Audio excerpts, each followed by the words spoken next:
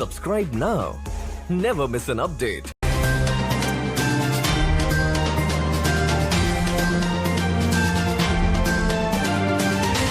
अस्सलाम वालेकुम दोस्तों, आप देख रहे हैं हार्ड लाइन और मैं हूं शौकत सरदारी।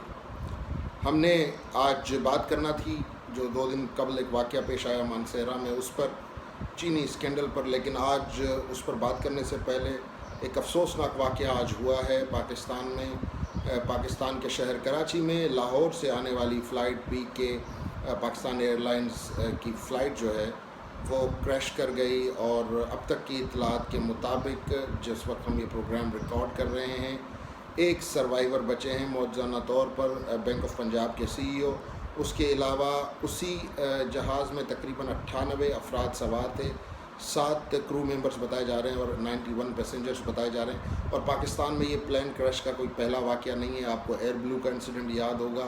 उसके बाद आपने देखा कि पाकिस्तान के मशहूर नात ख्वां जुनैद जमशेद साहब PIA के ही एक जहाज़ में हादसे का शिकार हुए और उनके साथ दीगर मुसाफरीन भी शिकार हुए। और इस वक्त जो ऑडियो हमने सुनी पायलट की, जो कंट्रोल टावर के साथ बातचीत हो रही थी, उसमें पायलट ने कहा कि जी मेरे दोनों इंजन्स फ़ेल हो गए हैं, मेरे जहाज़ के इंजन्स फ़ेल हो गए हैं।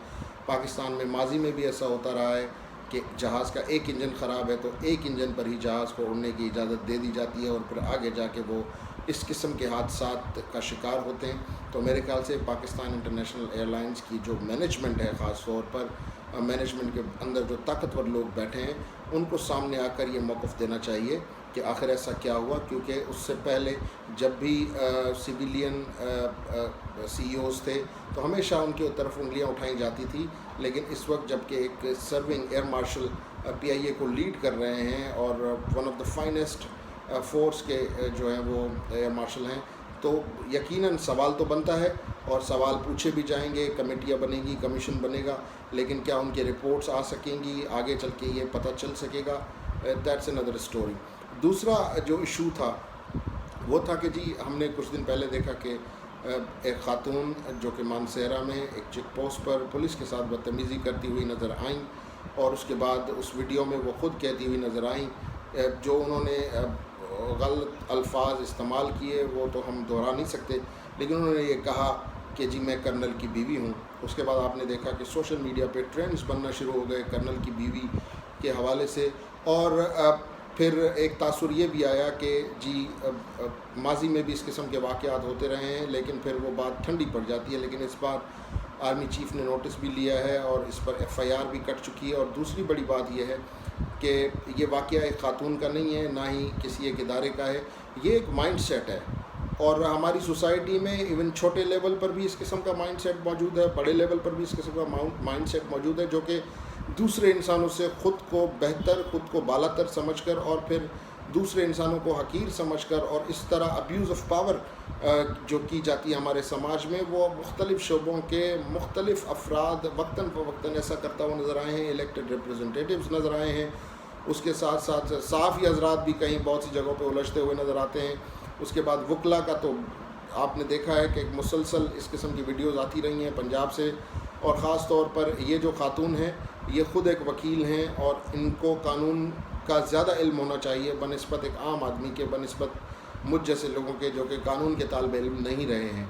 लेकिन ये एक माइंड सेट है हमारे पास। जब वाक़या होता है तो हम उस वाक़े को कंडेम करते हैं, लेकिन हमने कभी भी एक ब्रॉडर पर्सपेक्टिव पे इस माइंड सेट को कंडेम नहीं किया, क्योंकि फिर हम साइड्स लेना शुरू कर देते हैं कि कर्नल की बीवी है तो कुछ लोगों का ख्याल है कि शायद ये फ़ौज पे तनकीद का एक ज़रिया मिल गया, लेकिन ऐसा कुछ भी नहीं है, ना ही ऐसी सोच होनी चाहिए, क्योंकि ये भी एक सेपरेट किस्म का माइंड सेट है जो कि हर चीज़ में कंस्पिरेसी थ्योरीज़ ढूंढते हैं। तो हमें इन दोनों किस्म के माइंड सेट को ना सिर्फ कंडेम करना चाहिए बल्कि इनके ख़िलाफ़ एक ब्रॉडर पर्सपेक्टिव पे डिबेट्स करनी चाहिए। सोशल मीडिया एक अच्छा प्लेटफॉर्म है, उस पर बात होनी चाहिए। और इस किस्म के जितने भी अफराद हैं, क्योंकि एक इंडिविजुअल का एक्ट, क्योंकि जो हुआ जिस खातून ने किया, उन्होंने सिर्फ अपने शोहर का नाम यूज़ किया, तो इस तरह हम उनके शोहर को भी कसूरवार नहीं ठहरा सकते। ये एक्ट एक इंडिविजुअल का है, उस खातून का है, और उसके हवाले से ये खातून नहीं है बल्कि एक माशरे का माइंड सेट है।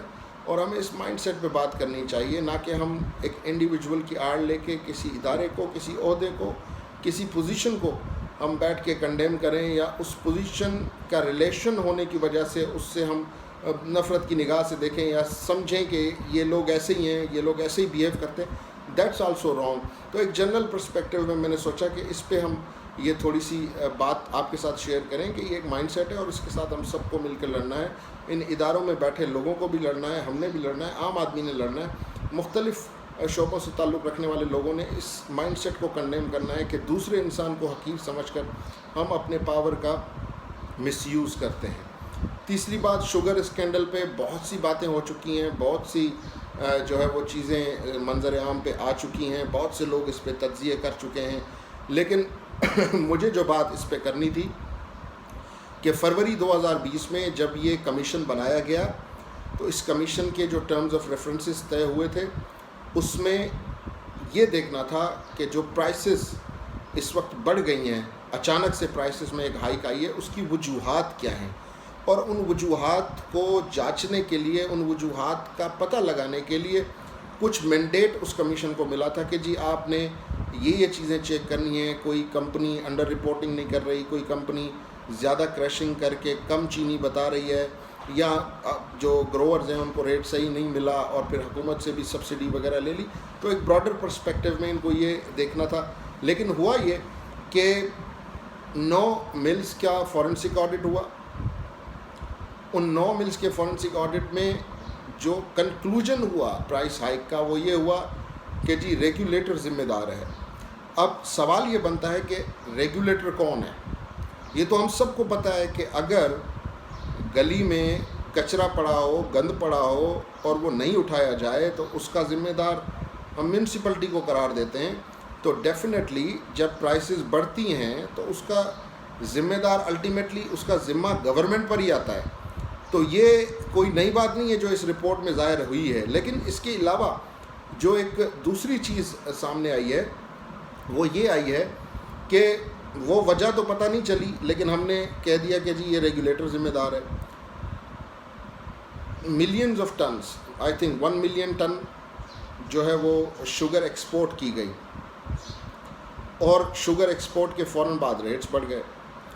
اصل بات تو یہ ہے کہ آپ کے پاس جو فیکٹس اینڈ فگرز تھے، اگر آپ کہہ رہے ہیں کہ جی ملز نے انڈر انوائسنگ کی یا ملز نے کم رپورٹ کیا اس کو شوگر پروڈیوسنگ کیپیسٹی کو، تو آپ کے پاس گورنمنٹ کے پاس جو فیکٹس اینڈ فگرز تھے اس میں اس کا مطلب یہ ہے کہ ایکسس میں چینی موجود تھی اور اسی لیے پھر وہ چینی ایکسپورٹ کر دی گئی. اب معاف کیجیے گا، یہ پتہ گورنمنٹ کو لگانا ہے کہ جی یہ جو ایکسپورٹ کی منظوری ہم نے دی یہ کن فیکٹس اینڈ فگرز پہ ہم نے دی. اب اس کو جانچنے کی بجائے اب یہ تفتیش ہو رہی ہے کہ جی پچھلے سالوں میں کتنی سبسڈی ملی، سبسڈی کے اگینسٹ شوگر پرائس کیا طے ہوئی، شوگر پرائس کے اگینسٹ گروور کو کیا پرائس ملی، یعنی کہ 2016، 17، 18. اب مسئلہ ہے دسمبر 2019 سے جس کے بہاف پہ فروری 2020 میں کمیشن بنایا گیا اور پھر اس کا رزلٹ آیا، پھر فورنسک آڈٹ ہوا، پھر اس کا رزلٹ آیا. اب مزید اس کو ایکسٹینڈ کرنے کے لیے باقی تمام شوگر ملز کے فورنسک آڈٹ کا حکم دیا گیا ہے، جو بھی ایک اچھی بات ہے. لیکن ابھی بھی میرے حساب سے، میری نظر میں یہ جو رپورٹ آئی ہے، یہ رپورٹ آ گئی ہے، اس پہ داد بھی وصول کی جا رہی ہے. داد دینی بھی چاہیے عمران خان صاحب کو، پاکستان کی تاریخ میں ایسا پہلے کبھی بھی نہیں ہوا.